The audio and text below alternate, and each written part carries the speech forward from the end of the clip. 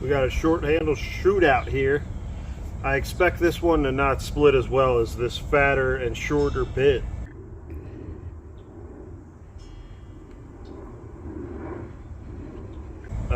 But you know, we'll see what happens.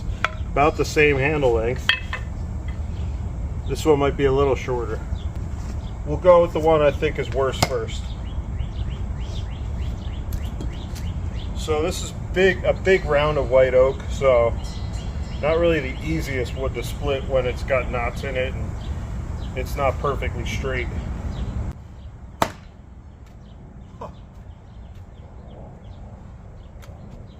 That was not easy.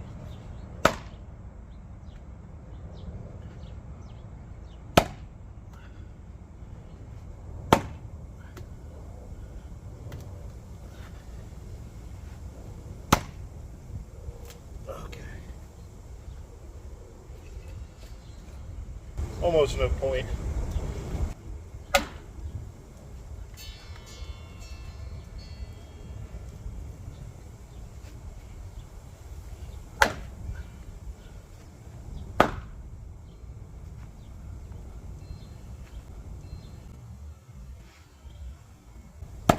I'm not sure if I did that unconsciously, but I wanted to point it out because my foot and my leg were in line with a possible deflection, so I moved it out of line.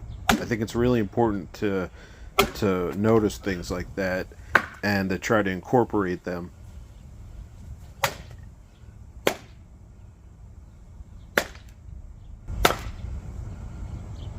Well, that definitely wins that round, but we knew that.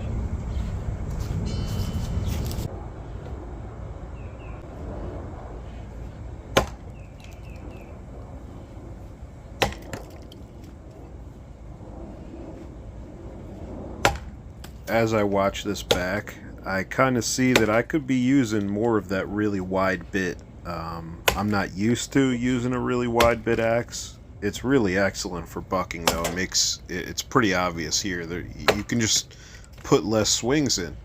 You're doing more work with each swing. So I'm gonna try to think about that when I use this axe. Maybe this isn't a fair comparison because I didn't use it to the best of its abilities. Sometimes I was using the whole bit, sometimes not. With these short handles, it's definitely apparent that the bottom of the notch is what you have to focus on. It's pretty easy to get the top and the middle, but the bottom is where you gotta focus on later on, at least. But I don't really mind that. I kind of enjoy getting the bottom of the notch. Before, when I was bucking, I noticed that I just never hit the bottom of the notch for some reason. I don't know what was going on there. Maybe I didn't watch enough bucking. Because it's a monkey see, monkey do thing. And when you watch people do something right enough, you're probably going to do it right too.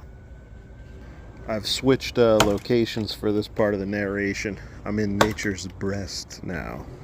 And looks like there's going to be a tornado coming soon. Anyway, I checked the edge angles on these axes, and this thicker one, this shorter bit, is around 27 degree, so pretty steep. Not really set up for bucking, but you know, it's doing pretty good, honestly. And the plum jersey, it's really keen, and I put a small bevel on it, so it kind of acts like a secondary bevel. The bevel is, you know, a little steep, and then I would say the angle of kind of the cheeks that goes all the way down to close to that small bevel is around 23, you know, something like that, 23, 24 degree.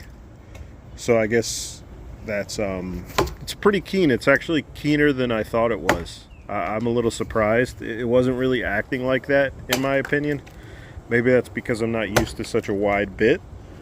But I still think it's performing. I mean, look at this. It's performed pretty well. The chips are popping. I think I just got to get used to being able to use such a wide bit. I'll have to think about that every time I use this axe.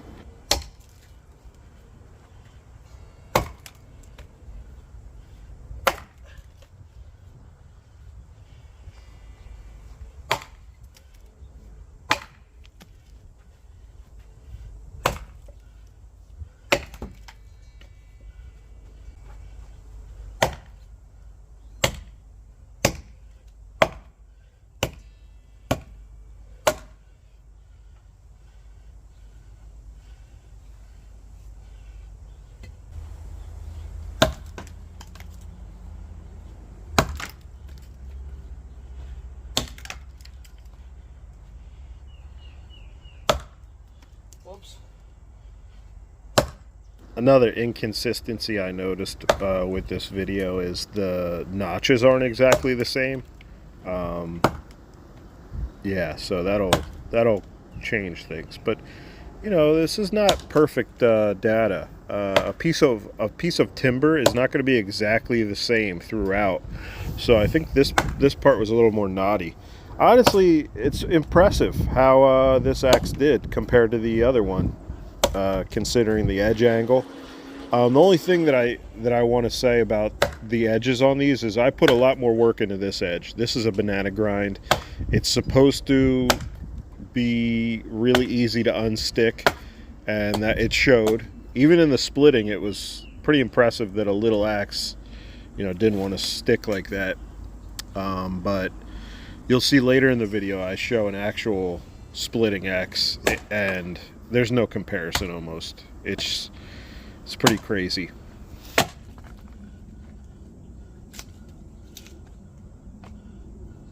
Because of my prior experience with American Beech, I was actually surprised that I was able to split this easy. I know it's small diameter, but I don't know. I just have not had a good experience with trying to split these small pieces. And I moved to the thinner axe, the thinner, longer bit here, and I picked a different piece. I picked a piece without a big limb in it to make it more fair. It did, you know, it did pretty much the same. It wouldn't have cared. I wouldn't have cared either way if I was splitting with these in the same wood, these little bucked pieces. It did fine, and it's not like that was super sticky right there, right? So it was okay. I was impressed, actually. It makes me feel better. If I wanted to do the one tree challenge, obviously I probably wouldn't want a 22-inch handle, but if I had to use one of these, yeah, maybe you know. One thing I want to test is the limbing with these short handles. I don't want to use the shorter bit. It's just not very wide. I would use this one to see how well it does. But yeah, I'm interested because I know that limbing is kind of weird when the handle isn't long enough. Obviously, you don't want too long of a handle, but anyway. Here's a little comparison of these two axes.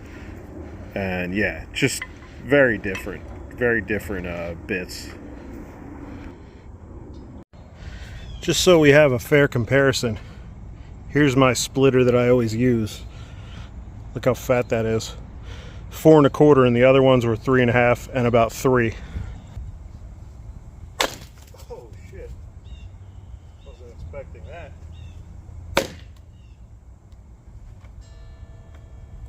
Look at that.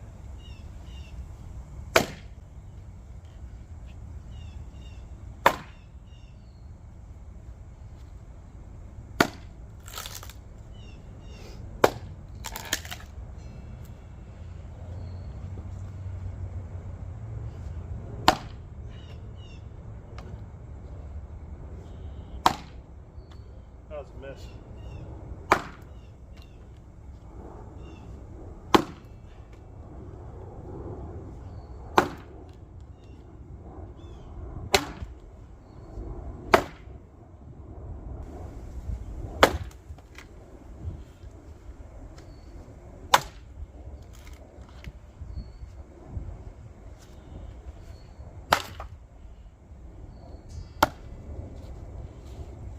Yeah, that was asking a lot of those short-handled axes that are pretty light. But notice how the thicker and shorter bit didn't do too bad. It's also not quite as keen as the Jersey pattern. So this is set up for splitting, and that's what it does well. The other ones, they're more for you know, pack axe. This is a 35-inch handle. You know, you're not putting that in a backpack. Let's talk a little about handle shaping. What you do is you copy a handle, right? You trace a handle onto a piece of lumber, and then you know, kind of knock it down and try to get it to as close as you can. But sometimes you change a little bit. So with this one, I had to keep more material on the on here than the original handle had. Let me show you. So this handle is for a little axe, like a boy's axe. And as you can see, it kind of runs down. I don't really like that. I like when the axe head is not recessed at all. So as you can see, this is very different. And I'm going to have to, and I'll show you my problem area. I have to either take some material out of here to make it so this is kind of lines up, this curve. This convex here kind of has a concave. I'm not really sure if I'm going to be able to get it perfect, but we'll see. We'll see what I could do. I'm hoping it looks all right. I mean, right now, a lot of people would say this is good, but for me, by my eye, I don't think it's correct. And I'm going to try to get rid of a little material here. It's going to be iffy. It's going to be iffy.